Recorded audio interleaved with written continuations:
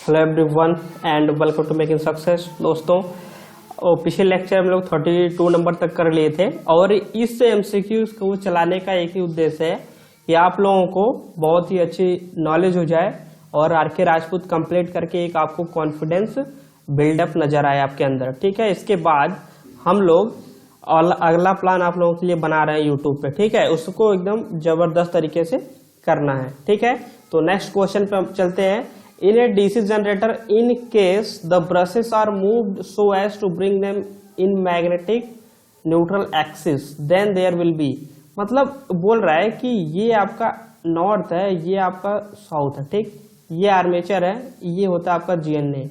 ठीक है, तो वो और जब लोड कंडीशन में तो इधर इधर शिफ्ट हो जाता है इस रोटेशन के डायरेक्शन में MNA।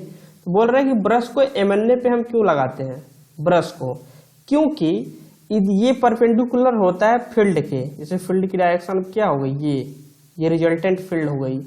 ठीक है, तो इसके परपेंडिकुलर होता है MNA। तो इधर जो है आपका न्यूट्रल एक्सिस है, इधर कुछ नहीं होता। ठीक, इसलिए यहां से यहां इसको शिफ्ट कर देते हैं, क्योंकि यहाँ पे क्या होता है cross magnetization and demagnetization. Okay, इसकी वजह से MNA इधर शिफ्ट हो जाती है और इसी पे ब्रश लगाते हैं ताकि कम्यूटेशन अच्छा हो। ठीक है, मेन पर्पज हम लोगों का ये रहता है कि कम्यूटेशन को अच्छा कराया जाए। ठीक, अच्छे से अच्छा कम्यूटेशन को प्रोवाइड किया जाए। ओके, नेक्स्ट क्वेश्चन पे चलते हैं। तो ऑप्शन क्या हो जाएगा इसका C। The polarity of DC generator can be reversed bye, देखिए डीसी जनरेटर की पोलैरिटी चेंज करनी है। T प्रोपोर्शनल होता है फाई IF या IA। ओके, और 5 प्रोपोर्शनल टू होता है IF। अब इसको आप रिवर्स कैसे करोगे? जब फील्ड करंट को अगर आप रिवर्स करिए तो रिवर्स हो गया। ठीक है, फील्ड करंट को रिवर्स कर दिए तो रिवर्स हो गया, क्योंकि flux proportional to the field current. Okay, change जब करेंगे तो अगर दोनों को आप चेंज कर रहे हो, मतलब फील्ड को और आर्मेचर को भी, तो क्या हो, ये IA है, आर्मेचर करंट है। अगर दोनों को चेंज कर रहे हो तो डायरेक्शन वही होगी। ठीक है, मतलब रोटेशन की डायरेक्शन वही होगी। दोनों को चेंज नहीं करते हैं, एक को चेंज करते हैं डायरेक्शन चेंज करने के लिए। In a DC generator the brushes on commutator remain in contact with the conductor which, देखिए बोल रहा है कि जो ब्रश है वो कम्यूटेटर पे कांटेक्ट में रिमेन मतलब स्थिर रहते हैं। ठीक, कैसे? क्योंकि लाई इन इंटरपोलर रीजन, लाई अंडर मतलब किस रीजन में होते हैं, तो वो इंटरपोलर रीजन में ब्रश को क्या किया जाता है, रखा जाता है। और ब्रश कहाँ पे लगा होता है, कम्यूटेटर के जस्ट ऊपर। करंट को कलेक्ट करता है, आउटर सर्किट में दे देता है। ठीक है, तो इनर इंटरपोलर रीजन, ठीक है, कम्यूटेटर को लाई किया जाता है। इन लैप वाइंडिंग, देखिए पोल पिच का हमने फार्मूला बताया था ना कि टोटल नंबर ऑफ कंडक्टर अपन पोल, नंबर ऑफ पोल, तो टोटल नंबर ऑफ कंडक्टर देखिए in lap wound DC generator having a number of poles, P number of poles है and Z as the number of conductor, Z number of conductor है। The maximum number of equaliser ring, equaliser ring, देखो maximum number of equaliser ring मतलब क्या हो जाएगा, तो equaliser ring कहाँ पे यूज होती है, लैप वाइंडिंग में यूज होती है। पहला कंडीशन ये याद रखिए, इंपॉर्टेंट है। इक्वलाइजर रिंग का इस्तेमाल कहाँ पे हम लोग करते हैं, लैप वाइंडिंग में करते हैं। ठीक, और एक कॉइल में यहाँ पे रखना है कि एक वन कॉइल, एक कॉइल में 2 कंडक्टर होते हैं। ठीक है, कैसे होते हैं, एक कॉइल में 2 कंडक्टर होते हैं बेहतरीन तरीके से। ओके, तो 2 कंडक्टर होते हैं, तो इसलिए ये जो Z नंबर ऑफ है इसमें 2 से मल्टीप्लाई हो जाएगा, तो टोटल नंबर ऑफ कंडक्टर आ गया 2Z अपान में P। ठीक है, क्योंकि टोटल नंबर ऑफ कंडक्टर लेते हैं। Okay, if the brush of DC generator are moved in order bring these brushes MNA, क्यों, रिपीटेड क्वेश्चन है, cross magnetization as well as demagnetization. MNA पे इसलिए लेके जाया जाता है क्योंकि वहां पे स्पार्किंग नहीं होती, अच्छे से अच्छा कम्यूटेशन देता है जब ब्रश को हम MNA मैग्नेटिक न्यूट्रल एक्सिस पे रखते हैं। ऊपर हमने डिस्कस किया है। ओके, नेक्स्ट क्वेश्चन पे चलते हैं। 33 का रिपीटेड है ये। Armature reaction of N unsaturated DC machine. Unsaturated DC machine का मतलब समझ रहे हैं कि अभी वो जो मटेरियल उसके अंदर है वो पूरा तरीके से सैचुरेट नहीं है, ठीक है। तो उस समय का आर्मेचर रिएक्शन डीसी मशीन का कैसा है अनसैचुरेटेड में। तो कैसा होता है डीसी मशीन फॉर अनसैचुरेशन में, क्या बचता है।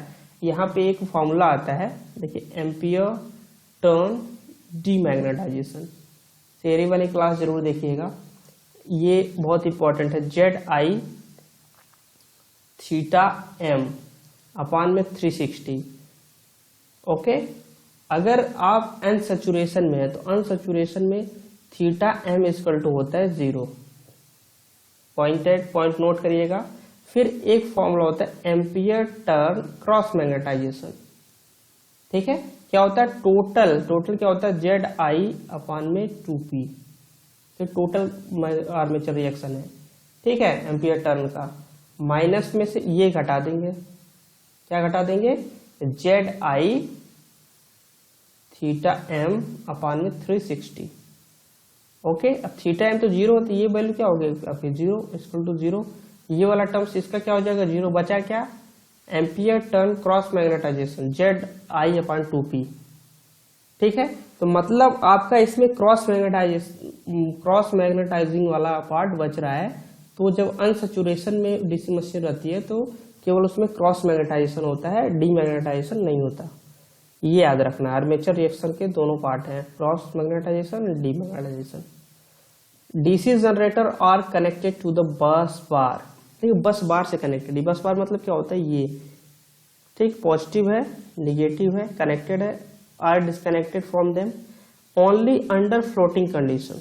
फ्लोटिंग कंडीशन का मतलब क्या होता है, दोनों का लेवल सेम हो, ठीक है, उसे बोलते हैं फ्लोटिंग कंडीशन, ठीक है।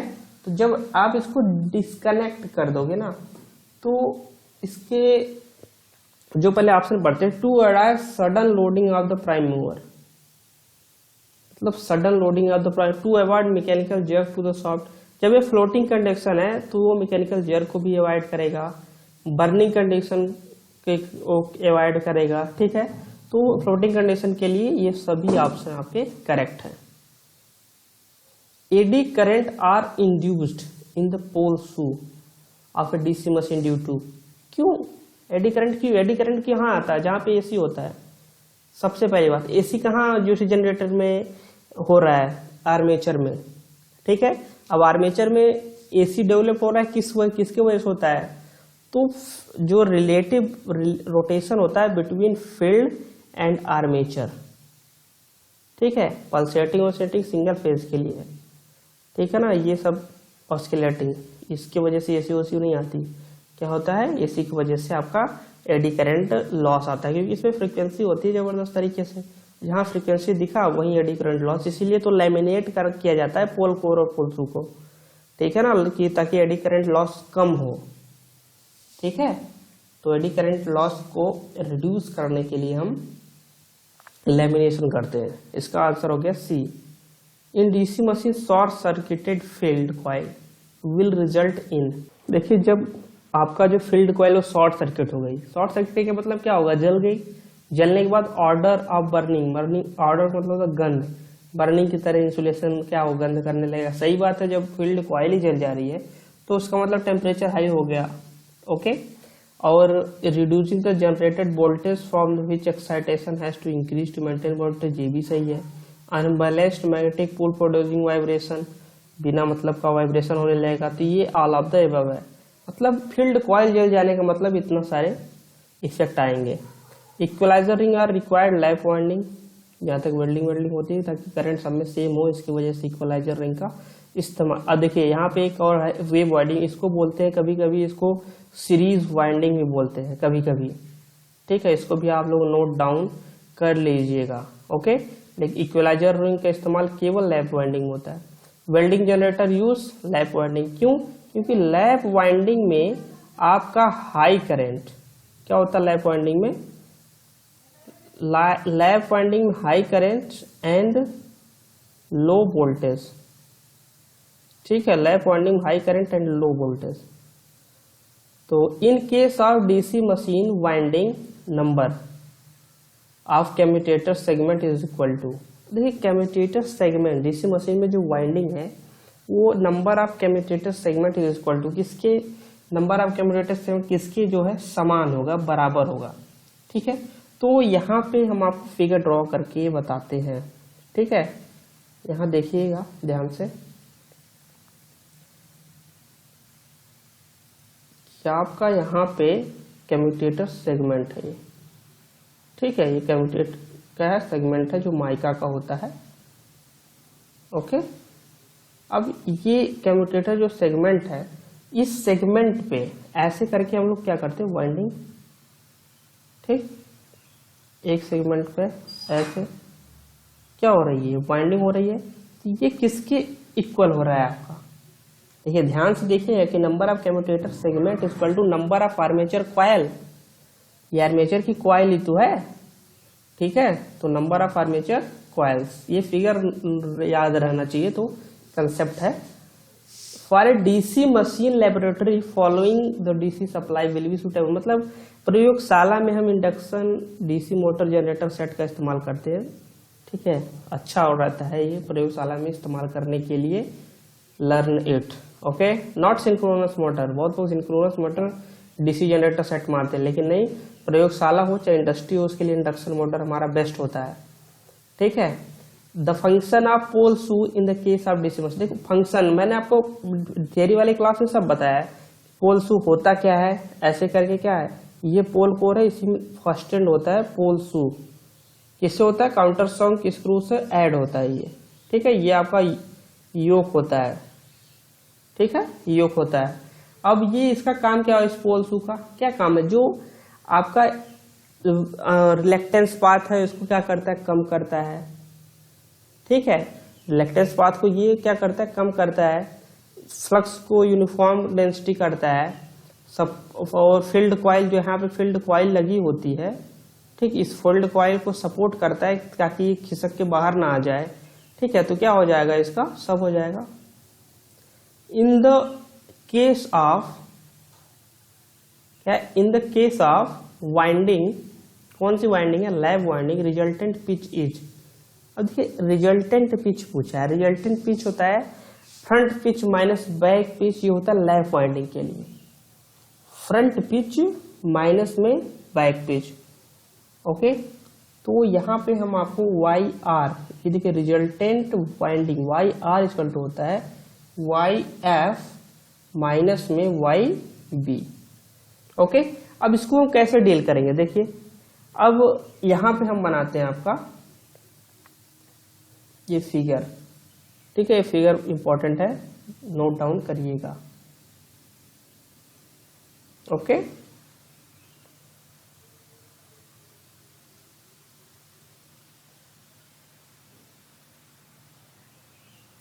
तो ये यहां से यहां तक क्या हो गई आपकी, ये वाई बी हो गई, और ये आपका हो गया वाई आर।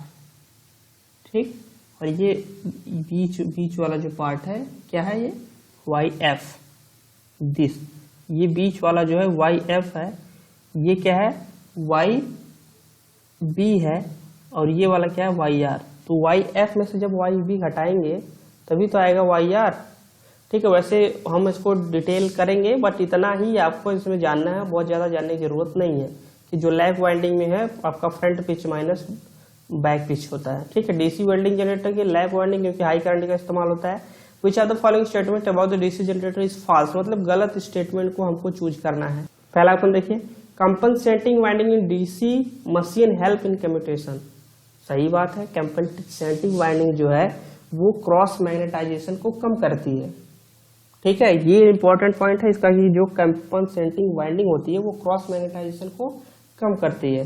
ठीक है, और इसके बाद दूसरा देखिए, DC generator interpole winding connected in series with the armature winding, ये भी सही है कि जो इंटरपोल वाइंडिंग होती है, इंटरपोल वाइंडिंग में समझ रहे हैं आप, ये आपका नॉर्थ हो गया और ये आपका साउथ हो गया, तो यहाँ पे इंटरपोलर रीजन होता है, यहाँ अगर चार बना दे ये इंटरपोल होता है यहाँ छोटा छोटा सा। ठीक है, नॉर्थ साउथ करके, तो इसमें जो वाइंडिंग होती है वो आर्मेचर की वाइंडिंग के सीरीज में जुड़ी होती है। ठीक है, back pitch and front pitch are both odd approximately equal to the voltage, ये भी सही है। ठीक है, equalising bus bar are used with parallel running DC shunt generator, this is wrong. Equalising bus bar का इस्तेमाल हम लैप वाइंडिंग में तो करते हैं, ठीक है, लैप वाइंडिंग में तो करेंगे, बट तो इसमें कौन सा रॉन्ग हो जाएगा, डी हो जाएगा आराम से। ठीक है, द डीमैग्नेटाइजिंग कंपोनेंट, देखिए किसी भी क्वेश्चन में आपको प्रॉब्लम हो तो आप तुरंत कमेंट करके बताइएगा। Okay, the demagnetising component of the armature reaction in DC generator, क्या करता है, डीमैग्नेटाइजिंग कम करता है ना, जो ईएमएफ है इसी को तो सब कम करते हैं। ठीक है, डीमैग्नेटाइजेशन कम करता है, और क्रॉस वाला क्या करता है, मतलब स्कैटरिंग करता है, ईएमएफ का बिखेरता है। ठीक है, तो डीमैग्नेटाइजेशन क्या करता है, कम करता है। डीमैग्नेटाइजेशन मतलब ये आपका मेन फील्ड है और ये उसके बैक में थोड़ा सा, और क्रॉस वाला ऐसे आएगा। ठीक है, इसको थोड़ा मतलब स्कैटरिंग कर देगा। Okay, magnetic field in theory वाली क्लास जरूर देखिएगा। Magnetic field in DC generator is produced by, जो मैग्नेटिक फील्ड है डीसी जनरेटर में वो क्या प्रोड्यूस बाय करता है। डीसी जनरेटर का मैग्नेटिक फील्ड इलेक्ट्रोमैग्नेट करता है, मतलब टेम्पररी मैग्नेट बनाता है। ठीक है, बहुत लोग परमानेंट मैग्नेट मार देते हैं कि इसके चक्कर में कि इसमें रेसिडुअल मैग्नेटिज्म होता है, ये होता है, बट यहाँ पूछा magnetic field in DC generator produce by, क्या उत्पन्न करता है, वो इलेक्ट्रोमैग्नेट उत्पन्न करता है। ठीक है, the number of brushes in A commutator depends on, किस पे डिपेंड करेगा, करंट को कितना क्या करना है, करंट को कितना कलेक्ट करना है। एक तो ये हो गया नंबर ऑफ, जैसे मान लीजिए आपका बहुत ज्यादा एम्पियर की करंट है तो ये तो amount to be collected current हो जाएगा, और दूसरा ये डिपेंड करता है लैप वाइंडिंग और type of type of winding पे डिपेंड करेगा, क्योंकि अगर लैप वाइंडिंग है तो ए इक्वल टू क्या होगा आपका P, और वेव है तो ए इक्वल टू क्या हो जाएगा 2। ठीक है, वेव के लिए ए इक्वल टू क्या हो जाएगा 2, तो वो यहाँ पे टाइप ऑफ वाइंडिंग पे भी डिपेंड कर रहा है और amount to be collect current. ठीक है, तो मेरे हिसाब से इसका 52 का जो आंसर होगा बी एंड डी बोथ होगा। ठीक है, ये नहीं कि केवल डी मार दिए आप कि कितनी करंट की मात्रा कलेक्ट करनी है। ठीक है, टाइप ऑफ वाइंडिंग पे ही डिपेंड करता है maximum. Compensating winding are used in DC generator, क्या करने के लिए, क्रॉस, मैंने बताया कंपनसेटिंग, देखो सी से कंपनसेटिंग क्रॉस मैग्नेटाइजेशन, याद करने का तरीका बता रहा हूं। कंपनसेटिंग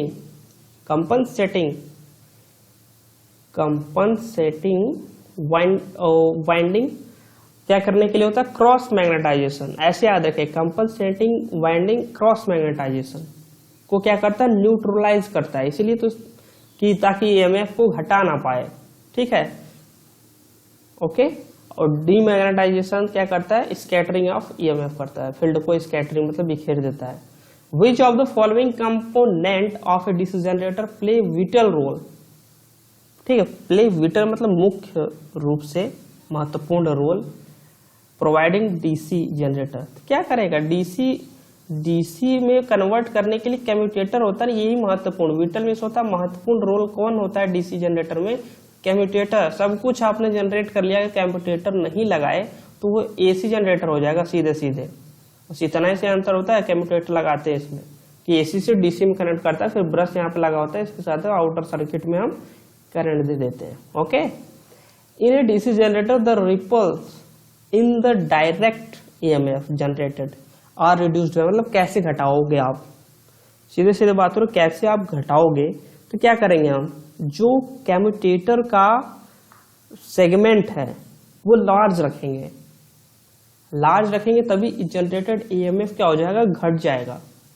ठीक है, तो क्या करेंगे हम, ऑप्शन पे चलते हैं, using commutator with large number of segment, एकदम सही है, जो कम्यूटेटर आप इस्तेमाल करिए उसमें जो सेगमेंट हो बहुत ज्यादा हो तभी आप कम कर सकते हो।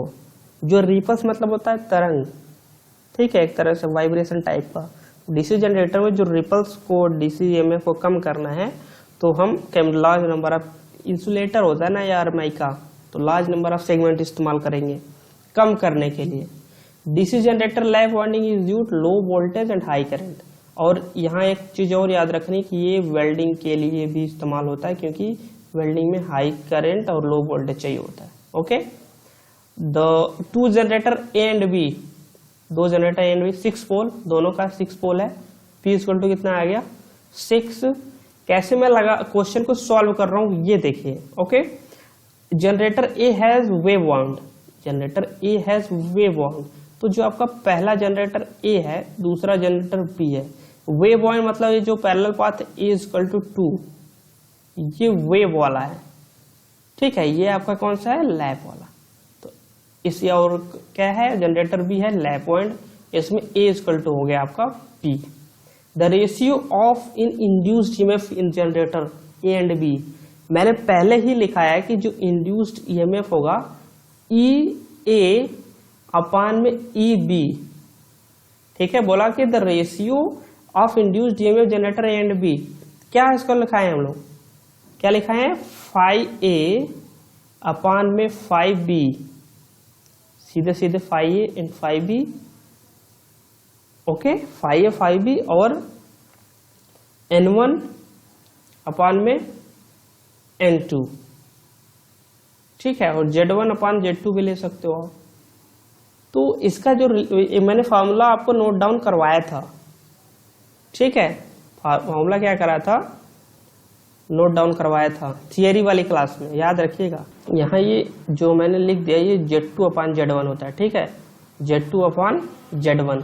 तो इससे हमको करना क्या है, मेन थिंग ये है, ये सब तो सेम, ये सब कैंसिल हो जाएंगे, सीधे सीधे डिपेंड करेगा हमारा ई वेव, ऐसे लिखिए आप ई वेव अपान में ई लैप।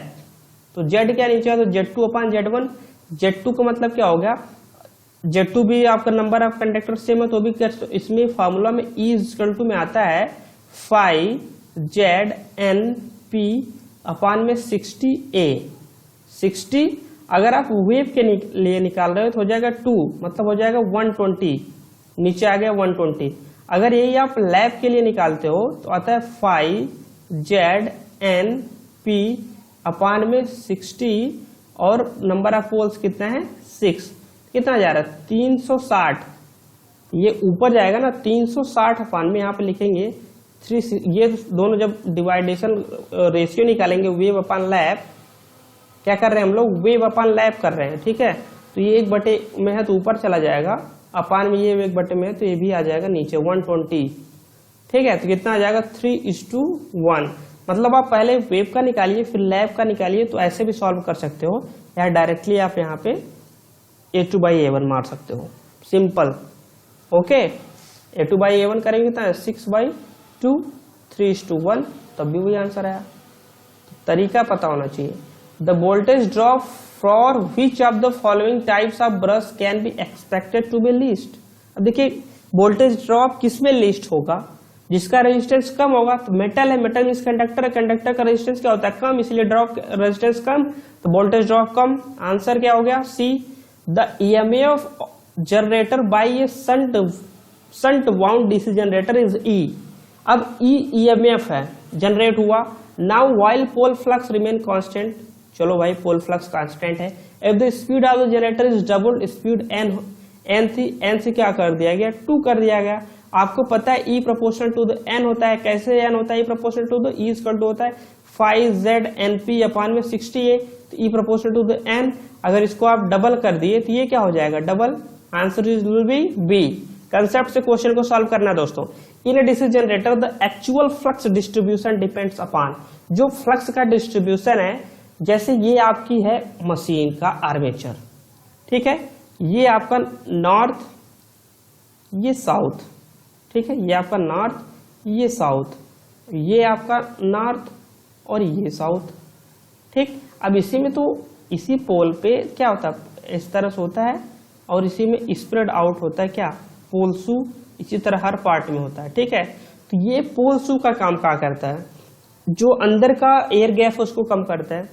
तो एयर गैप पे भी डिपेंड कर गया, क्या डिपेंड करेगा एक्चुअल फ्लक्स, क्योंकि एयर गैप ज्यादा होगा तो फ्लक्स कम हो जाएगा ऑटोमेटिक, ठीक है। तो एयर गैप को कम कौन करता है पोल शू। तो शेप ऑफ पोल शू जितना बड़ा होगा उतना एयर गैप कम होगा, okay. Clearance between tips and AdSense ports हो। क्लियरेंस टिप एंड एडसेशन मतलब अगल बगल वाले के बीच में कितना गैपिंग है उस पर भी डिपेंड करता है। ठीक है, ये हो गया आपका डी। तो समझ के क्वेश्चन को सॉल्व कर। The armature core of a DC generator is usually made of, किसका बना होता है? पहले मैंने बता दिया था सिलिकॉन स्टील का बना होता है आर्मेचर कोर। मैंने पहले ही बताया है कौन सा चीज किसका बना होता है, थियरी वाली क्लास जाकर देख लीजिएगा बार बार। ठीक है, क्यों? अब आप यहाँ पे क्वेश्चन भी तो कर सकते हैं ना, सिलिकॉन स्टील सर क्यों इस्तेमाल करते हैं, कास्ट आयरन क्यों नहीं कर लेते? क्योंकि यहाँ पे फॉर लो हिस्टेरिसिस लॉस के लिए, ताकि हमारा हिस्टेरिसिस लॉस जो है वो क्या हो, कम हो। ठीक है, इसलिए हम लोग सिलिकॉन स्टील का इस्तेमाल करते हैं। ओके, डीसी जनरेटर जनरेट्स, क्या जनरेट करेगा तो एसी वोल्टेज, बट इसको कन्वर्ट करके कम्यूटेटर से हम किस में कन्वर्ट कर लेते हैं, डीसी में। लेकिन डीसी जनरेटर जनरेट्स तो AC voltage in the armature. अभी जब आप मशीन के अंदर हो तो वहां एसी है, बाहर किससे कन्वर्ट करते हैं, कम्यूटेटर से, फिर डीसी में कन्वर्ट हो गया, फिर करंट आप ब्रश के माध्यम से ले जा करके पावर सर्किट में इस्तेमाल करेंगे। ठीक है, तो AC voltage in the armature is used, AC voltage in the armature क्या होता है, प्रोड्यूस होता है डीसी जनरेटर में। 63 देखिए, satisfactory commutation of DC machine require. अब देखिए डीसी मशीन में सेटिस्फैक्टरी कम्यूटेशन मतलब बहुत ही संतोषजनक कम्यूटेशन हो। ठीक है, मतलब एसी से डीसी में बहुत जबरदस्त तरीके से बदला जाए, बहुत ही आराम से और कम लॉसेस में। तो क्या हमको करना चाहिए, ये पूछे हैं। तो ऑप्शन ए देखते हैं, brushes should be proper grade in size, एकदम सही है, पहला ही सही है कि ब्रश को का अच्छे साइज में होना चाहिए जैसा चाहिए और अच्छे क्वालिटी का होना चाहिए, पहला सही है। Brushes should smoothly run in the holder, smoothly run हो, जैसे ये आपका कम्यूटेटर है, ये यहीं पे तो ब्रश आपका लगा रहता है ऐसे करके। ठीक है, तो ये क्या हो, स्मूथली, ये ऐसा घूमता रहता है तो ये स्मूथली रन हो। ठीक है, यहाँ पे मतलब सरफेस खुरदुरा ना हो, रफ ना हो, स्मूथ हो, ताकि अच्छे से घूम सके, करंट को कलर कोई भी प्रॉब्लम ना है। ठीक है, घिसे ना। ठीक, smooth concentric commutator properly under cut, मतलब ब्रश को कट ना करे, स्मूथ रहेगा तभी तो कट नहीं करेगा। तो आंसर टी। जो मैं बोल रहा हूं दोस्तों आपको बहुत ही शानदार तरीके से समझ में आना चाहिए, बस आप वीडियो को ध्यान से देखिए, इसके बाद आप लोग नोट्स बनाइए, बनाने के मन हो तो। ठीक है, क्योंकि पहली बार में तो केवल देखना ही है। ओके, फिर दोबारा जब आप वॉच करिए फिर आप नोट्स बनाइए। आपने तो देखने के चक्कर में या तो समझते जाइए, बहुत टाइम ज्यादा लग जाएगा, उस तरह से डबल लीजिए। बहुत ज्यादा आर.के. राजपूत की एमसीक्यूज बनेगी ना, कितने घंटे में, 70 घंटे में बनेगी या 60 से 70 घंटे में। आपको पढ़ना कितना पड़ेगा, 140 घंटे, डबल में 140।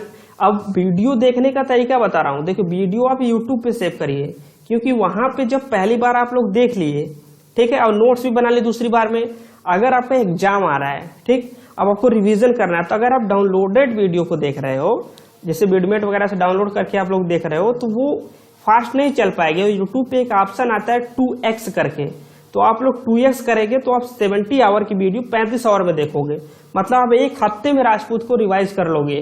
तो यूट्यूब पे वीडियो सेव करके वॉच करिए, मेरा तो ये सजेशन है। ठीक है, ताकि अच्छी तैयारी हो, बहुत बेस्ट तरीके से तैयारी हो। मैं जब मेहनत कर रहा हूँ तो आपको मेहनत करने पे, और आपको यूट्यूब पे हम बेहतरीन तरीके से इसके बाद तैयार करने वाले हैं। बस यही हो जाने दीजिए डीसी मशीन को एंड, फिर हम बताते हैं। ठीक है, next question 64, open circuited armature coil of a DC machine. Open circuit है आर्मेचर कॉइल, डीसी मशीन का जो आर्मेचर कॉइल का ओपन सर्किट है। ओके, ओपन सर्किट में हम लोग क्या करते हैं, ऑप्शन में पढ़ते हैं, identify the scaring of the commutator segment to which open circuited coil is connected. Okay, तो जो ये ओपन सर्किट आर्मेचर कॉइल होता है मशीन में, वो चारों तरफ के, ठीक है, चारों तरफ के जो स्पार्किंग होती है ना, उसको क्या करता है, इंडिकेट करता है। ठीक है, तो आपको ये याद रखना है कि कम्यूटेटर के चारों तरफ स्पार्किंग को सूचित करता है, पहला बात। और दूसरा बात, आइडेंटिफाई भी करता है क्या, कि commutator segment open circuited coil is connected. समझ में आ रहा है, जो कम्यूटेटर सेगमेंट है वो ओपन सर्किटेड कॉइल कनेक्टेड में है। तो पहला और दूसरा दोनों सही है, ये भी सही, ये भी। तो कंबाइंड आंसर क्या मारेंगे आप, सी टिक करेंगे। ओके, 65 इन DC machine fractional pitch winding. Fractional pitch winding क्या होती है? Fractional pitch winding is used, कहां पे इस्तेमाल किया जाता है फ्रैक्शनल पिच वाइंडिंग का? तो स्पार्किंग को कम करने के लिए। अब फ्रैक्शनल से भी आपको याद हो रहा है, देखो स्पार्किंग कम करने, एक तो ये सही हो गया, और फ्रैक्शनल से याद होगा कि जो कापर है वाइंडिंग का ये भी तो बच रहा है ना, जो फ्रैक्शनल मतलब आंशिक थोड़ा सा वाइंडिंग किया गया है, तो saving of the copper because shorter and connection, क्योंकि शॉर्टर कनेक्शन होता है ना इसलिए। ठीक है, इंक्रीज जनरेटर वोल्टेज ये भी सही है, तो ऑप्शन नो ये वाला रॉन्ग है, B and C. Okay, for the parallel operation of two और more DC compound generator we should ensure that. देखिए पैरेलल ऑपरेशन है, कंपाउंड जनरेटर का पैरेलल ऑपरेशन करना है, तो क्या करोगे आप? Parallel operation, paralleling of DC compound generator, paralleling of DC generator कैसे करते हैं? ठीक है, इसी पे ये क्वेश्चन ही बना दिया है, क्योंकि जो वोल्टेज का पहला कंडीशन होना चाहिए, जो वोल्टेज का इनकमिंग मशीन है, ठीक है, वो वोल्टेज का बस बार, मतलब मशीन को लगाते समय बस बार और इनकमिंग मशीन की वोल्टता समान होनी चाहिए, पहला कंडीशन ये है। ठीक है, अब polarity of incoming generator should be same as that bus bar, मतलब ये देखिए यहाँ पे आपका ये बस बार है पॉजिटिव एंड नेगेटिव। ठीक है, और यहाँ पे आपका क्या है? जनरेटर है, तो ये जो पोलैरिटी है इन दोनों, ये पॉजिटिव से पॉजिटिव, नेगेटिव से नेगेटिव ऐड होना चाहिए। ठीक है, ये पोलैरिटी भी सेम होना चाहिए। All the series field equal run in the parallel by means of equalising connection, क्योंकि इक्वलाइजिंग कनेक्शन किसमें करते हैं? लाइफ वाइंडिंग में करते हैं। ठीक है, तो ये भी सही है। और ये देखिए पहली बात तो ये बता दे, देखो सीरीज फील्ड मतलब होता है wave winding. All generator should be either positive side या negative side of the armature, this is true. Okay, फिर ऑल ऑफ द कंडीशन, तो सभी कंडीशन सही है। और यहाँ पे एक चीज ऐड मैं करना चाहता हूँ कि ऐसा क्वेश्चन यूपीपीसीएल में आने वाला नहीं है वो कि 5-5 ऑप्शन का आएगा, तो 4 ही ऑप्शन का। ठीक है, ये कि बुक का मतलब कंसेप्ट क्लियर करना। ओके, इसलिए इसको काम कराया जाता है, कंसेप्ट को क्लियर करो और बेहतरीन तरीके से पढ़ो। ठीक है, बहुत लोग आप लोगों कोचिंग ज्वाइन किया होगा, बट हम बेहतरीन तरीके से इसलिए पढ़ा रहे हैं, अभी तो बहुत कुछ इंप्रूव होगा।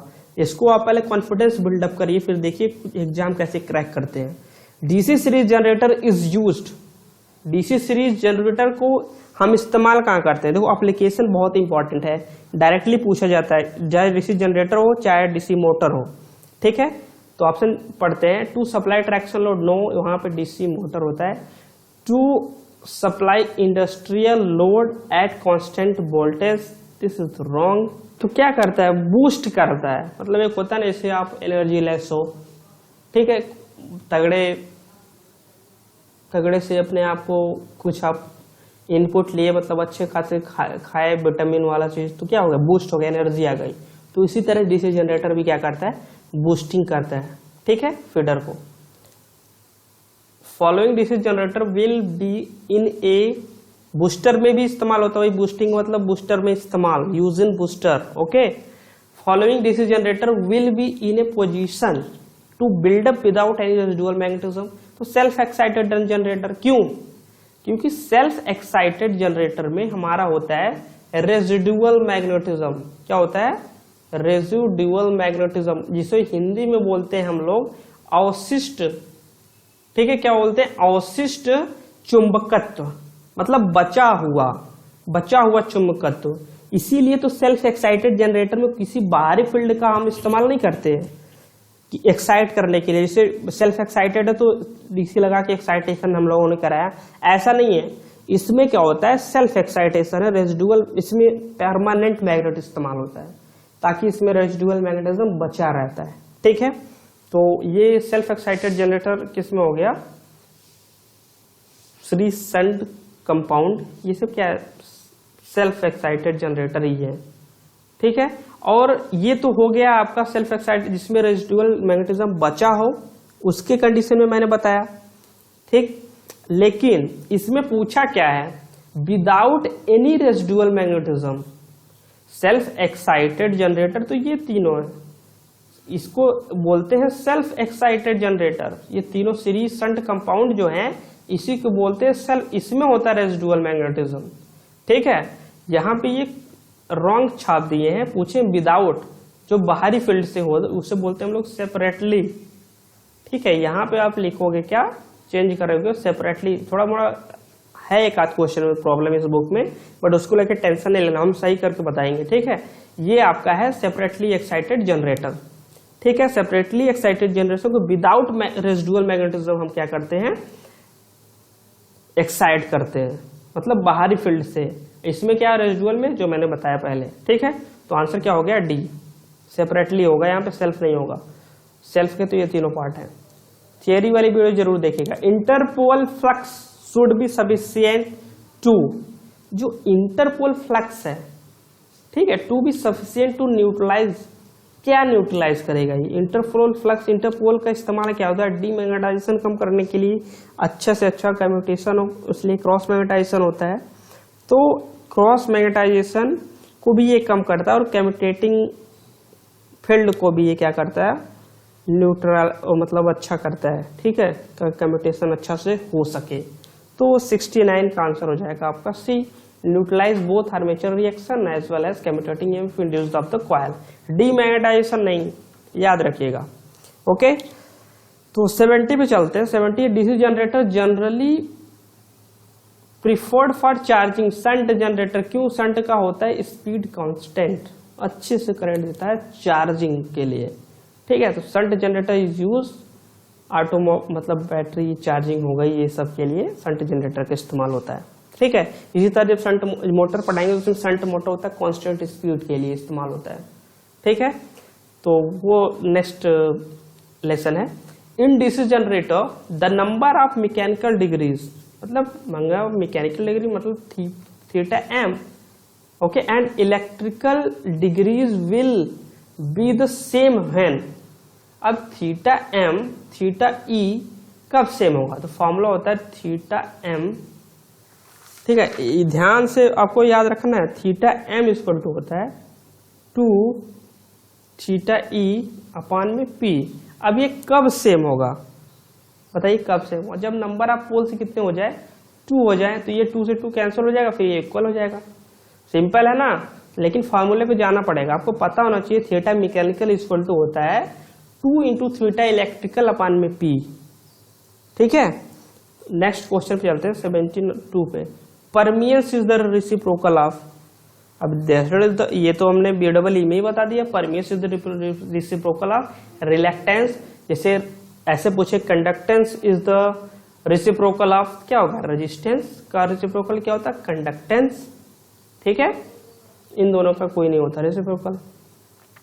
इन DC generator the polarity of the interpole, तो polarity of the same as the main pole head, मतलब एडसेंस में होता है इस तरह से। ठीक है, ये नहीं कि लगा नॉर्थ लगा दिए, अल्टरनेट में होता है, बट मेन पोल के same side, same as that main pole होता है। ठीक है, मतलब अपने हिसाब से कंसेप्ट नहीं बनाने हैं, पहले से अच्छे से समझना थियरी को, फिर जाके देखिए इसको हम बना देते हैं। कितने लोग अभी समझ नहीं पा रहे होंगे। ठीक है, ये नॉर्थ हो गया, ये साउथ हो गया, ये नॉर्थ हो गया और ये आपका साउथ हो गया। अच्छे से नहीं बन रहा है बट कोई बात नहीं, नॉर्थ साउथ, नॉर्थ साउथ, फिर नॉर्थ और साउथ। समझ में आया ना, तो ये आपका पोल सिस्टम है अल्टरनेट क्रम में। अगर 4 पोल ले रहे हो तो N S N S। अब इसी में आपको क्या करना है, इंटरपोल क्या करना है, सेटअप करना है। अब इंटरपोल का सेटअप करना भाई, तो इंटरपोल का सेटअप कैसे होगा, कैसे होगा, अपने आगे वालों को इंटरपोल देखता है, ऐसे याद रखना है। ये मैं बता रहा हूं, अपने आगे वाले को, जैसे यहाँ पे ऐसे आप जा रहे हो, ठीक, इस डायरेक्शन में जा रहे हो आप, ठीक है ना, तो मेन पोल के आगे वाला, ये यहाँ पे इंटरपोल है, तो ये अपने आगे वाला नॉर्थ देख रहा है, तो नॉर्थ को देख करके बनाया जाएगा। फिर यहाँ साउथ है तो यहाँ फिर साउथ बनाया जाएगा। फिर यहाँ इसका आगे वाला नॉर्थ है तो यहाँ नॉर्थ बनेगा। इस तरीके से इसमें सेटिंग होती है। तो टू अहेड, मेन पोल के ahead, okay, the EMF generated in DC generator is directly proportional to the, देखिए ईएमएफ सिंपल है ना, ईएमएफ किसके प्रोपोर्शनल होगा, ईएमएफ इक्वल टू होता है क्या, five Z N P upon में 60A, समझ में आया, फाइव जेड एन पी किसके प्रोपोर्शनल होगा, फ्लक्स के हो गया, बट पर पोल नहीं होता है, तो वहां पे स्पीड हो गया, फ्लक्स हो गया, फ्लक्स पर पोल ही होता है, ठीक है, flux is equal to 5ZNP upon में 60A, ये फ्लक्स पर पोल होता है, ठीक है, ऊपर ये पोल हो गया, मतलब पर मैंने सोचा कि रिवर्सल पोल दिया, लेकिन नहीं, ये फ्लक्स के बारे में ही ऊपर बात किया, फ्लक्स पर पोल, ठीक है, मतलब एक पोल में कितना फ्लक्स है, ये इसकी बात उसने की है, ठीक है, ये नहीं कि पोल के अपोजिट होता है, ओके, तो आंसर हो जाएगा T, number of the poles, this is in DC generator the MNA axis coincide with the GNA जब नो लोड पे हो, ये मैंने बता दिया है, और यूपीपीसीएल में और PSPCL में और वेस्ट बंगाल वाले में, राजस्थान में भी ये डायरेक्टली पूछा जा चुका है क्वेश्चन, यही क्वेश्चन आया था कि MNA मतलब जब नो लोड पे है तो MNA और GNA क्या होते हैं, कोइंसाइड करते हैं एक पे, जब लोड पे आता है तब MNA शिफ्ट होता है रोटेशन के डायरेक्शन में, ठीक है, तो in a DC generator in order to reduce sparking at brushes the self-induced EMF in the coil is neutralized by all of the following except, क्या न्यूट्रलाइज, डमी कॉइल का तो कोई मतलब ही नहीं होता ना, ये न्यूट्रल ही होता है ना 76, ठीक है, डमी कॉइल का यहाँ पे कोई अस्तित्व नहीं रहता है, बस ये मैकेनिकली बैलेंस के लिए इस्तेमाल किया जाता है, ठीक है, और इसके कोई इलेक्ट्रिकली कनेक्शन नहीं होता है, ठीक है, तो 76 का आंसर क्या हो जाएगा आपका, क्या हो जाएगा, तो इसका आंसर हो गया dummy coil, okay, in DC generator on low load the air flux distribution space, देखिए ये फ्लैट टॉप जैसा होता है, ठीक, मतलब ये इसका एक वो होता है, फ्लैट टॉप्ड एक एरिया होता है एक तरीके से, ठीक है, एक डिजाइन टाइप का, जैसे पल्सेटिंग होता है, ठीक है, मतलब किस तरीके से होता है, तो फ्लैट डिस्ट्रीब्यूशन होता है उस, ठीक है, कब, जब नो लोड पे हो, a shunt generator running at 1000 RPM, ये एन दे दिया है, यहीं पे हम लिखते हैं, ठीक है, generated EMF 200 volt, if the speed increases लो 1200 हो गया, the generator EMF will be nearly, मतलब कितना बढ़ जाएगा, बढ़ेगा ही ना, जब स्पीड बढ़ रही है जनरेटेड EMF तो बढ़ेगा, क्योंकि E प्रोपोर्शनल टू तो क्या होता है N, ठीक है, कभी कभी यही पूछ लेता बढ़ेगा घटेगा, ठीक है, कि कुछ नहीं होगा, नन ऑफ द ऐसे पूछता है, ठीक, तो यहाँ पे बढ़ेगा, कितना बढ़ेगा ये पूछना, देखो कितना बढ़ेगा ये हमको पता लगाना है, ठीक, अब देखिए कैसे बढ़ेगा, E1 इक्वल टू क्या होगा यहाँ पे, E1 क्यों, N1 स्पीड पे 5 क्या 5, ऐसे डायरेक्टली अगर हम निकालें सब कुछ तो एक ही जनरेटर है, फ्लक्स वगैरह सब कुछ सेम है, केवल स्पीड बढ़ रही है, तो N1 अपान में क्या हो जाएगा, N2 डायरेक्टली होगा ना, N1 अपान में N2, E1 की वैल्यू पता है ना, कितना E1 की वैल्यू है 200 है, E2 की वैल्यू क्या करनी है, फाइंड करनी है, N1 कितना है 1000, N2 कितना है 1200, ओके, तो अब कितना हो गया, ये कट गया 12 गुणे 20, E2 इक्वल टू हो गया 12 गुणे 20, मतलब 12 into 10 to equal to 240 volt, तो ये कंसेप्चुअली क्वेश्चन है, ज्यादा मतलब आप लोग ऐसे, ये एग्जाम में आ गया क्वेश्चन, कैसा क्वेश्चन पूछ दिया, कैसे लगाएंगे, E1 E2 करते हैं उसी में गड़बड़ा जाते हैं, ये नहीं समझ में आ रहा है कि एक ही जनरेटर फ्लक्स सेम होगा, नंबर ऑफ कंडक्टर सेम होगा, मतलब Z सेम हो गया, फाई सेम हो गया, P सेम हो गया, A सेम हो गया, तो जब रेशियो निकालेंगे सब कट जाएगा ना, कांस्टेंट खत्म कहानी, जो वेरी कर रहा है स्पीड, तो स्पीड को लेंगे हम। The purpose of providing dummy coil क्या होता है, मैकेनिकली बैलेंस, कितनी बार बता दिया कि डमी कॉइल का मतलब no electrically connection, dummy coil में कोई भी, नाम ही है डमी मतलब इनएक्टिव कॉइल, इसमें कोई इलेक्ट्रिकली कनेक्शन नहीं होता, बस ये जो रोटर होता है ना वो वाइब्रेट करने लगता है, तो उसमें भर दिया जाता है डमी कॉइल को, ताकि मैकेनिकल बैलेंस बना रहे, ठीक है, वाइब्रेशन को खत्म कर देता है, ठीक है, in shunt generator the voltage buildup is generally restricted by, अब देखिए शंट जनरेटर है, the voltage buildup is generally restricted by, कैसे कब मतलब खत्म हो जाएगा वोल्टेज बिल्डअप होना, तो देखिए एक वोल्टेज बिल्डअप होने का हर जनरेटर का एक लिमिट होता है, ये नहीं कि 20 वोल्ट जनरेट कर रहा है मान ली नॉर्मली, तो इसको आप जनरेट करा के 500 वोल्ट करवा दोगे, ऐसा नहीं होता। वो मटेरियल बना होता है पहले से फिक्स होता है, इसीलिए प्लेट बनाई जाती है ऊपर, उस पर सब अंकित किया जाता है कितना वोल्टेज चाहिए, इतना ये जनरेट कर सकता है, आउटपुट दे सकता है, इतना इनपुट लेगा, ठीक है। तो कब तक वोल्टेज को आप क्या करोगे, बिल्डअप करोगे, मतलब बढ़ाओगे, बना सकते हो। तो एक देखो बनाते हैं आपको फिगर, इससे आपको बेहतरीन तरीके से समझ में आएगा। पहले क्या होता है, जो मटेरियल्स होते हैं उनके जो डोमेन्स होते हैं इधर उधर भटके रहते हैं, ठीक है, किसी भी डायरेक्शन में।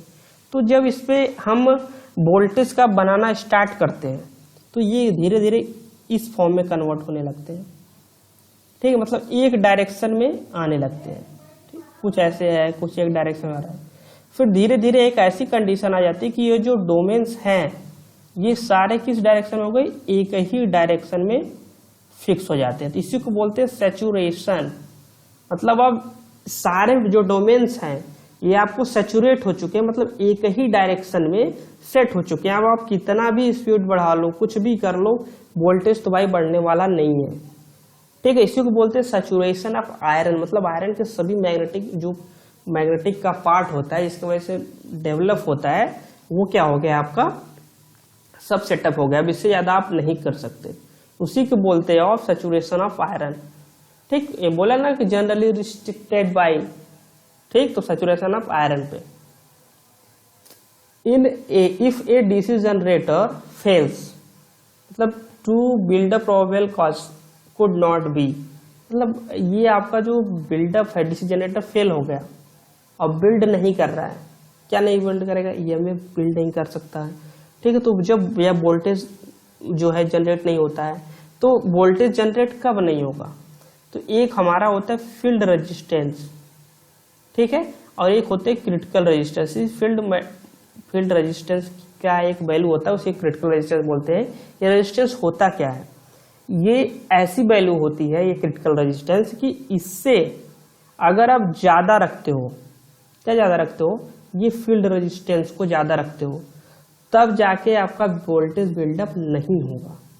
मतलब हम फील्ड रेजिस्टेंस को हमेशा इससे कम रखते हैं, तब जाके वोल्टेज बिल्डअप होता है। मतलब field resistance less than the critical resistance, ये एक ऐसी वैल्यू होती है कि इससे ज्यादा अगर आप रेजिस्टेंस किए, इसी ये आपका है, ठीक, ये आपका क्या होगा आर्मेचर, ओके, ये हो गया आपका वोल्टेज। जनरेटर है, आउटपुट दे रहा है, ये आपका फील्ड करंट है, ये है, ये आई है, ठीक, ये आई है, ओके, ये आई एफ मतलब फील्ड करंट। तो यही जो क्रिटिकल रेजिस्टेंस होता है, इससे ये आर एफ हमेशा क्या होता है कम, तभी तो शंट क्या होता है 0.02 ओम ऐसे रखते हैं, ठीक है, कम से कम वैल्यू रखते हैं, ओके। तो यही वैल्यू जो कम रखना पड़ेगा, तब जा करके ये वोल्टेज बिल्डअप करेगा। वो शंट मोटर में भी हम बताएंगे क्रिटिकल रेजिस्टेंस, एक होता है क्रिटिकल स्पीड, ठीक है, उस स्पीड से भी रेजिस्टेंस को बढ़ा लेते हैं, स्पीड बढ़ा करके सब बताएंगे, ठीक है। 82 पे चलते हैं। Flashing the field of DC generator means, मतलब डीसी जनरेटर फ्लैशिंग कंडीशन पे, मतलब चमक जो उसमें स्पार्क हो रहा है, मतलब चमक से क्या इफेक्ट है, क्या मतलब है, अर्थ क्या है, मीन्स पूछा है। अगर डीसी जनरेटर में चमक उत्पन्न हो रही है तो उसका क्या तात्पर्य है हिंदी में, ठीक है, क्या तात्पर्य, क्योंकि भाई सभी हमारे स्टूडेंट जो है 50% तो इंग्लिश मीडियम वाले हैं, 50% हिंदी है, इसलिए हम बायलैंग्वेज लेकर चलते हैं, ठीक है, कि प्रॉब्लम ना हो। तो क्या हो गया, flashing the field of DC generator means क्या होगा, जो स्पार्क हो रहा है इसकी वजह से तो चमक उत्पन्न होगा, तो creating residual magnet by DC source, जब डीसी सोर्स लगाओगे तो थोड़ा हमारा चमक तो उत्पन्न होगी। न्यूट्रलाइजिंग में कोई चमक नहीं उत्पन्न होती, ठीक है। The EMF induced in the armature, देखो अब क्वेश्चन लगाते हैं, EMF induced in the armature of shunt generator 600 volt. The armature resistance point of, ये क्या है आपका आर ए है। इफ द आर्मेचर करंट, ये क्या है आपका आई ए है। द टर्मिनल वोल्टेज, देखिए इक्वेशन क्या हम लोग लिखते हैं ई, ई मतलब क्या होगा इंड्यूस्ड ईएमएफ इन आर्मेचर, ठीक है ई, और जो वोल्टेज ड्रॉप हो गया आर्मेचर रेजिस्टेंस में उसको लिखते हैं I A R A equal to क्या होता है वी, मतलब टर्मिनल वोल्टेज। ओके, कौन सा जनरेटर है ये, शंट जनरेटर है, ठीक है। ई की वैल्यू कितना दिया है 600, आर्मेचर करंट कितना है आपका 200 वोल्ट। चलो भाई 200, ये टर्मिनल वोल्टेज होता है इंटू रेजिस्टेंस कितना 0.1 और वी आ गया, वी इक्वल टू कितना हो जाएगा, कितना आ जाएगा 580 वोल्ट। ये आपका आ गया terminal voltage 580 volt. Okay, in DC generator the critical resistance refers to the resistance, किसका होता है फील्ड रेजिस्टेंस के रेजिस्टेंस को ही हम क्रिटिकल रेजिस्टेंस कहते हैं, ऊपर बता दिया हूं। The HU sparkless commutation brushes DC generator are worked ahead to bring them, मतलब स्पार्कलेस कम्यूटेशन चाहिए हमको, तो वहां पे कहाँ पे हम ब्रश को सेट करें अच्छे से अच्छे स्पार्किंग ना हो, ठीक है। तो इसके लिए क्या करते हैं हम, क्या करेंगे, ये जो मैग्नेटिक मतलब एमएनए है ना उसी पे रखेंगे ब्रश को। 75 बार बता चुका हूं एमएनए पे, क्योंकि एमएनए पे कोई भी क्रॉस मैग्नेटाइजेशन डीमैग्नेटाइजेशन नहीं होता है। This is the magnetic neutral axis. Okay, 35 this is क्या हो गया A. Armature coil is short circuited by brushes when it is light. अब आर्मेचर कॉइल शॉर्ट सर्किटेड है बाय ब्रशेस, ठीक है। ये कहाँ पे लाई करा जाए, मतलब लाइज होगा, रखा जाएगा, रहता है, ठीक है। तो कहाँ पे होगा, जब आर्मेचर कॉइल शॉर्ट सर्किटेड हो गया ब्रशेस से, ब्रश के द्वारा, तो जब ये एमएनए, क्योंकि वहां पे ईएमएफ 0 होता है इसीलिए यहाँ पे लाइज करा जाता है, क्योंकि यहाँ लिखेंगे बिकॉज एमएनए पर ईएमएफ क्या होता है, because on MNA EMF is equal to 0. A cumulatively compound log shunt generator when operating as a motor, देखो भाई cumulative compound है, जब ये कब आपका शंट जनरेटर है, कब ये मोटर की तरफ बिहेव कर लेगा, जब ये करंट लेने लगे, करंट जनरेटर दे रहा है, जब करंट लेगा तो क्या हो जाएगा, ये इस्तेमाल होगा। तो कैसे होता है, जब शंट है, ठीक है, तो ISH and IA in same direction cumulatively compound generator में, याद रखिए यहाँ पे जो शंट करंट फ्लो होती है मतलब फील्ड करंट, ठीक है, और कंपाउंड है तो भाई शंट और आर्मेचर दोनों फ्लो होगी, और जो आर्मेचर है ये सेम डायरेक्शन में फ्लो होती है, कम्युलेटिवली कंपाउंड के केस में सेम डायरेक्शन में फ्लो होती है। ये बस ले रहा हूँ, ये ऑप्शन मत आप देखिएगा। इस कंडीशन में कम्युलेटिवली कंपाउंड अगर जनरेटर है तो ये सेम डायरेक्शन में फ्लो होता है, और जब ये मोटर में हो जाता है तो ये क्या होता है, डायरेक्शन चेंज हो जाती है। ISH की तो डायरेक्शन सेम होगी, बट आर्मेचर करंट की डायरेक्शन रिवर्स हो जाती है, इसीलिए ये मोटर बन जाता है, क्योंकि ये करंट लेने लगता है। ये किस केस में होता है, डिफरेंशियली कंपाउंड के केस में, ठीक है, ये याद रखना आपको। To avoid formation of groups, groups मतलब होता है खांचे, in the commutator of DC machine, क्या करना पड़ेगा अवॉइड करने के लिए, मतलब आप ग्रुप्स बना रहे हो और उसको क्या करना है, नहीं बनाना। तभी ग्रुप्स तभी बनाए जाते हैं ना, जब ब्रश जो अपोजिट पोलैरिटी में है तब आपको ग्रुप्स बनते हैं। तो क्या होगा, brushes of opposite polarity should be track each other. The following constitute short circuited in the armature winding। अब क्या है, शॉर्ट सर्किट हो गया। अब आर्मेचर वाइंडिंग है तभी शॉर्ट सर्किट होगा जब इंसुलेशन फ्लेयर हो जाए, commutator between insulation to commutator bars, ठीक है, जब टू कम्यूटेटर बार्स के बीच में इंसुलेशन फेल हो जाएगा तो शॉर्ट सर्किट हो जाएगी आर्मेचर वाइंडिंग, सिंपल सा है। और दूसरा कंडीशन टर्न्स और दूसरा है मोर कॉइल गेट इज ग्राउंडेड, जब कॉइल ग्राउंडेड हो जाएगा तब भी शॉर्ट सर्किटेड हो जाएगा। तो ये कंडीशन क्या, 2 or more turns are same getting grounded. जब दोनों ग्राउंड हो गए, दो कॉइल है, तो क्या हो जाएगा, शॉर्ट सर्किट, इंसुलेशन फेल होने से। ठीक है, इंसुलेशन बिटवीन 2 कॉइल के अगर फेल हो गया तब भी शॉर्ट सर्किट हो जाएगा। तो ऑप्शन डी है, सिंपल सा क्वेश्चन। रैपिड वियर मतलब जल्दी से जल्दी होता है रैपिड वियर मीन्स। ठीक है, तो rapid wear brushes takes place due to, जल्दी से खराब हो जाती है। क्यों खराब हो जाती है, क्योंकि रफ कम्यूटेटर बार होता है, डस्ट जम जाती है और घिसाव स्मूथ नहीं होता है कम्यूटेटर, तो ब्रश को जल्दी घिस के खत्म कर देता है। ठीक है, एक्सेसिव प्रेशर अगर लग रहा है ज्यादा तब क्या हो जाए, घिस जाएगा जल्दी से, मतलब खराब हो जाए rapid wear means. Okay, number of tapping for each equaliser ring, तो नंबर ऑफ पोल पेयर्स की इक्वल होता है। ठीक है, लैप वाइंडिंग में इस्तेमाल होता है। A DC generator can be considered as rotating amplifier, DC generator को आप कंसीडर्ड कर सकते हो रोटेटिंग एम्पलीफायर की तरह। एम्पलीफायर हम इलेक्ट्रॉनिक्स में पढ़ाएंगे तो आपको एकदम से समझ में आ जाएगा।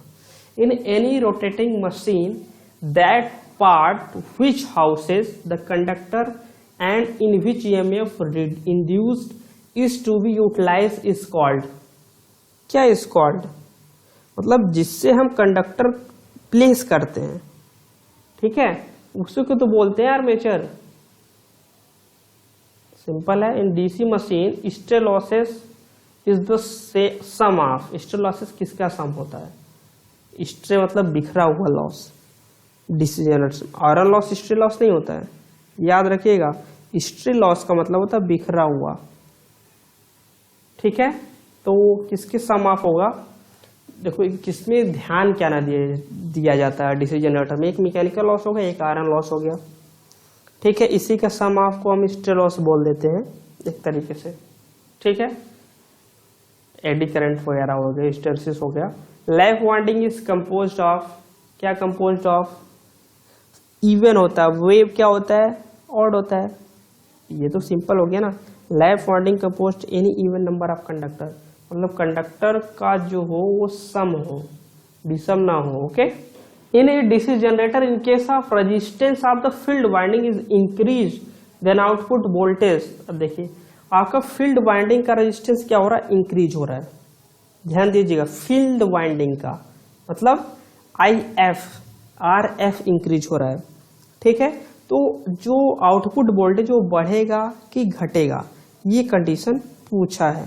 तो जब फील्ड वाइंडिंग यार बढ़ेगी ना तो घटेगा ही, क्योंकि E minus IARA equal to होता है V इक्वल टू होता है ISH RF, इसको ले सकते हो। तो जब आप क्या करोगे, ये जब बढ़ेगा करंट कम होगी, ये तो शंट के केस में हो गया, बट फील्ड जो अंदर है अगर रेजिस्टेंस बढ़ा दिया तो टर्मिनल वोल्टेज घट जाएगा। फील्ड वाइंडिंग आर्मेचर में होती है। An exciter for a turbo generator क्या होता है, शंट जनरेटर। टर्बो जनरेटर के एक्साइटर का काम शंट जनरेटर करता है, वहां पे जाके करंट देता है।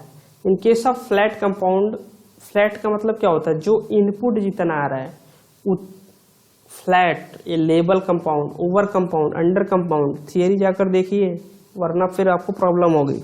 ठीक है, फ्लैट कंपाउंड क्या हो गया, लेकिन बहुत ही आसान है। फ्लैट का मतलब हो गया आपका एक लेवल कंपाउंड। ठीक है, बना के हम यहाँ पे बताते रहे, थियरी नहीं भी देखोगे तो काम तो चलेगा ही। ये हो गया आपका ओवर कंपाउंड जनरेटर। ये हो गया फ्लैट, फ्लैट का मतलब जितना इनपुट आ रहा है उतना ही आउटपुट होगा, कोई लॉसेस नहीं। ये हो गया अंडर कंपाउंड, अंडर कंपाउंड मतलब जो इनपुट दे रहे हो उससे कम आउटपुट आएगा, और ओवर कंपाउंड मतलब जितना इनपुट दे रहे हो उससे ज्यादा आउटपुट मिलेगा। ठीक है ना, तो 98 हो गया। C voltage remains constant irrespectively of the load, कोई भी लोड हो वोल्टेज कांस्टेंट ही रहेगा। Which of the following generator will have negligible terminal voltage while running on no load.